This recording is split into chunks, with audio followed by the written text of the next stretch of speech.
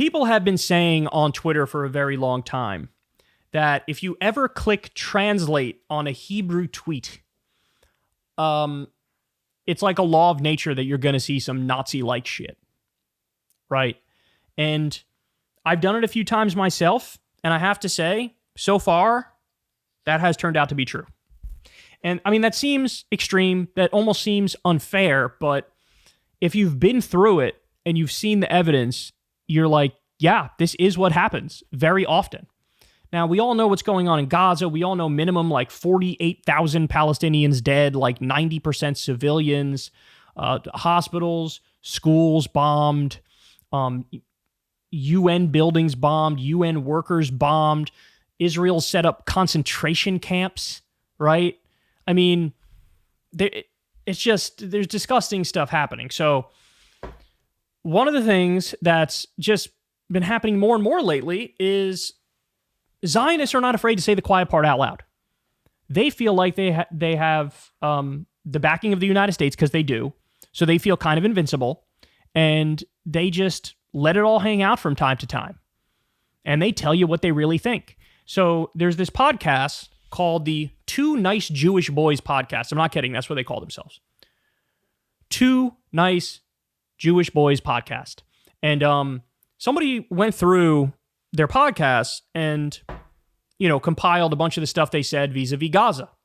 And you're not going to be surprised to learn that they're perhaps not so nice. These guys are perhaps not so nice. In fact, they're very casually genocidal. And this is a cautionary tale of how genocide happens, right? How you get to the point where genocide happens. And one of the most important things is you need to fully dehumanize the other side. So here we go. Let's listen.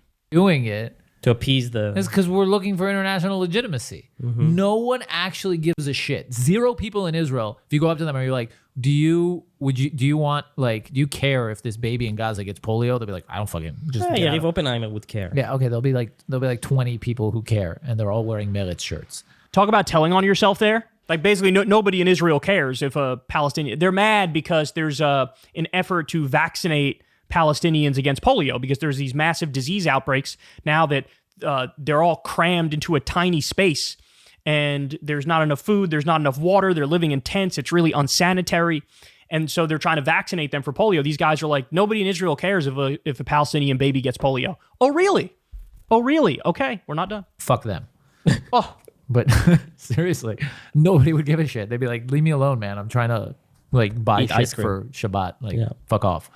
I don't care about this Gazan kid with polio. Also, as long as they're in their Nakba state in their tents, and we are living still, if you put aside the news, day to day is okay. Yesterday we went to a concert in Erkon Park. We had lots of fun, me and my girlfriend. Shalom Chanoch. Wow. We danced, and it was amazing. And you can't help but think it's nice to know that you're dancing in a concert while hundreds of thousands of Gazans are, homeless, like sitting in a tent and eating. Makes it even better. Yeah, more enjoyable concert. They're not being sarcastic. They're being serious. This is not sarcastic. It's nice to know that Palestinians are homeless and living in tents and struggling as we're dancing and having fun.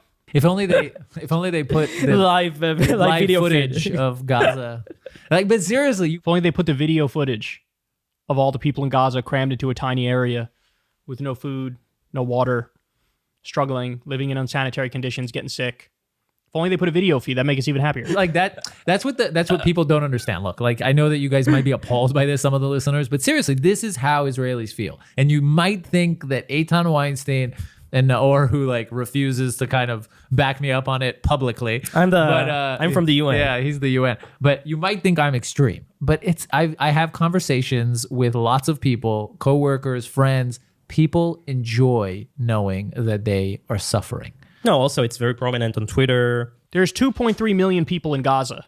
There's 40,000 Hamas members. There's 16,000 or more women and children who've been killed. And these guys think, well, they're all guilty enough. We don't like them. This is full dehumanization. All right, let me give you more. All right, so now they're going to talk about the Israeli Rape and Torture Center the concentration camps they've set up. For the Nukhba For terrorists the who terrorists of participated October in- 7th. Yeah. Mhm. And so these soldier guards in the prison camp, there were allegations that they sodomized October 7th terrorists, stuck Another word for that is graped. Another word for that. things up their butt. And there was apparently video. The video came out this week, and One of them died, by the way, after that.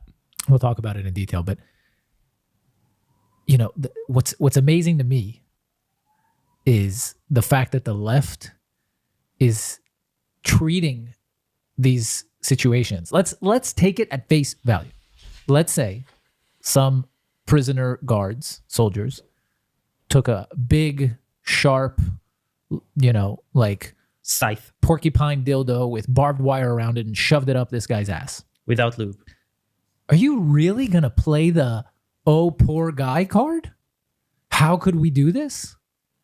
That's a fraction of what the person deserves. Seriously. Like, where is your morality? Where is your morality? Where is your morality? Being against concentration camps where they anally rape innocent Palestinians. By the way, if I'm steel manning this guy, I'm sure he would say, no, we think these are the people who did October 7th and we think they're the Hamas terrorists. Or they're not. They're not. That's utterly made up. There is no vetting process, no evidence that's presented, no, oh, we're 100% sure this is the right person who did this other evil thing, so now we're going to do some evil and sadistic thing back. That's not the case. These are innocent Palestinians. They have fully dehumanized the entire Palestinian population. They don't view them as human. They view them as subhuman. They view them as evil, and they think anything we do to them is justified because we are the good guys by definition. This is the mindset of genocide. This is how you get to a genocide. And they're openly discussing it. Guys, they might as well. I mean, this podcast should be done in fucking 1940 Germany. They should be talking like this. Ich den von Schlagen, Wagen, Newton, Heil Hitler. That's what they should be saying. That's what they should be saying. This is no different than that. When you, you're enraged by it. You know what I mean? You say, Barack Ravid tweeted, we've reached the rock bottom of Israeli discourse because some guy was saying they deserved it. Yeah. Yeah. That's how they should be executed, by shoving too large of an object up their butts. Yeah, but it's not going to happen. Of course. Yeah, so let's say, in other words, death camps. So this guy agrees with Ben-Gvir and Smotrich, who are like, yeah, we have an overcrowding problem when it comes to our concentration camps, so let's just turn them into death camps and start mass executing people. Duh. Look, they're saying, I'm not saying it, they're saying it. You heard it with your own 2 ears, didn't you? You heard it with your own 2 ears. By the way, you know what seems like a great idea? Let's keep arming this country. And by the way, there was a poll that came out kind of early on in the process, after maybe a couple months or something like that. And only 4% of Israelis said the IDF was using too much force in Gaza. Again, this was still at a time when thousands of children were dead, thousands of innocent civilians, 90% civilian death rate. All the civilian infrastructure was being bombed. At the time, probably 40% of North Gaza was wiped off the map completely. At that time, only 4% of Israelis said the IDF is using too much force. They're having a public debate about whether or not it's okay to anally rape Palestinian prisoners right now, and the pro-anal raping side is winning. Seems like a good, let's keep giving them weapons and let's keep giving them money. I love the idea that you have Joe Biden pretending in this, but bro, we're trying to get a deal, bro, but Hamas is getting in the way, bro. No, Hamas, there was reporting on this from Dropsite News. Jeremy Scahill says Hamas accepted the deal. They even accepted the more watered down version of the deal. And Netanyahu repeatedly moved the goalpost to say, I don't want a deal. I don't want the hostages returned. I don't. What Netanyahu wants is to complete the genocide, and what Netanyahu wants is to stay in power. And for him, there is zero incentive to end the genocide. Zero. Because he knows he's gone after that, and there's corruption charges and things of that nature. So he's trying to finish the job. By the way, now, not only are they doing what they're doing in Gaza, they've invaded the West Bank. They've invaded the West Bank. And they're trying to Gaza the West Bank. We're witnessing a genocide, and it's not even remotely subtle. And these are the kind of conversations that happen within the belly of the beast in a moment like this. And they post this and show it to the world as if the world's going to watch and be like, man, they sure are spitting facts. No, you guys are fucking depraved. You guys are depraved. You are just the heart of immorality. You're the heart of losing your humanity. It's disgusting. It's hard to even wrap your mind around. It's so barbaric. But here we are. Here we are. We are witnessing not just a genocide. It is, at this point, it's cartoonish. These guys talking sound like a caricature of what a Zionist would be saying in this moment, right? It's a caricature of it. If somebody made it up and did it as a comedy skit to mock the Zionists, people would be like, that's too extreme. They wouldn't say that stuff. Yes, they would, and much worse. And I haven't even shown you all the clips, but I think you got enough of it here.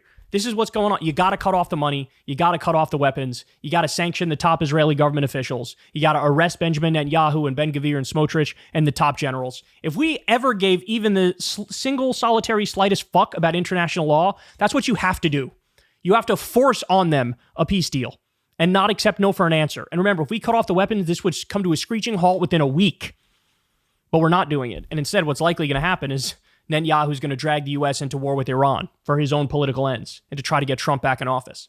And we're all just sitting here watching it unfold. Open your eyes. Open your eyes. This is the moral atrocity and crime of our time. Hey, y'all, do me a favor and like and subscribe. It helps out big time in the algorithm. Click the bell as well for notifications when videos drop. And watch that video on screen right now. You know you want to.